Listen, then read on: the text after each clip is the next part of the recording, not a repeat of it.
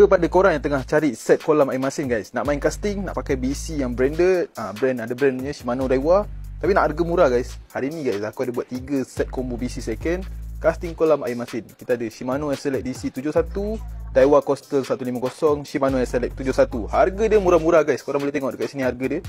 Semua bawah RM1,000. Kalau korang bajet bawah RM1,000, korang boleh tengok dekat sini. Barang bukan biasa-biasa guys. Jadi guys, yang pertama kita ada real Shimano SLX DC size 71. Aku pakai dengan rod Yamato Ashira guys. Ni SLX DC. SLX DC 71, ratio 6, 631. Mesin condition memang cantik guys. Korang kalau tak percaya, datang je kedai, korang tengok depan-depan. Mesin memang lawa lagi. Tengok mesin, cantik guys condition. Harga dia dengan sekali rod ni 900 saja. Harga boleh nego.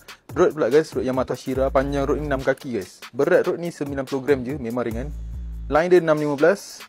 Ada one piece, ada two piece. Korang boleh pilih. Kalau two piece sambung tengah, kalau one piece tak boleh cabut lah.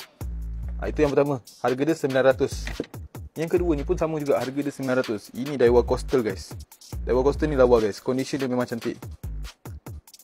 Korang tengok, condition dia memang lawa. Cala pun tak ada. Dari paling best, korang dapat handle Gomexus. Handle dia cantik guys. Tengok tu, handle memang kemas lah. Mesin memang smooth. Datang je kedai guys, check condition mesin.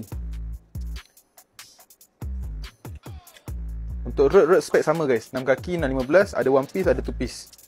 Untuk yang BC ada colour hitam dengan merah, korang boleh pilih juga. Harga dia sama, 900, harga boleh nego.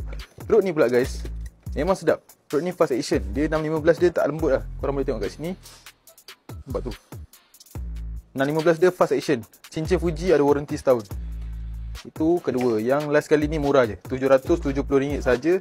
Real Shimano SLX 71 XG, ratio 8, harga dia 770. Ni guys, condition mesin memang lawa lagi. Condition mesin memang cantik.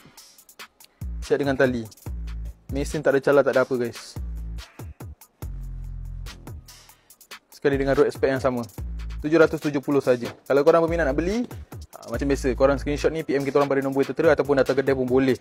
Barang ni ada ni sahaja guys. Tak ada stok lain sebab ini second hand. Mesin saja second, rod baru. Jadi kalau korang berminat, PM cepat-cepat, sementara barang masih ada. Kita pun boleh post satu Malaysia. Macam biasa, apa-apa korang PM je. Dan kami juga menerima trade in wrist dan rod. Sekian, terima kasih.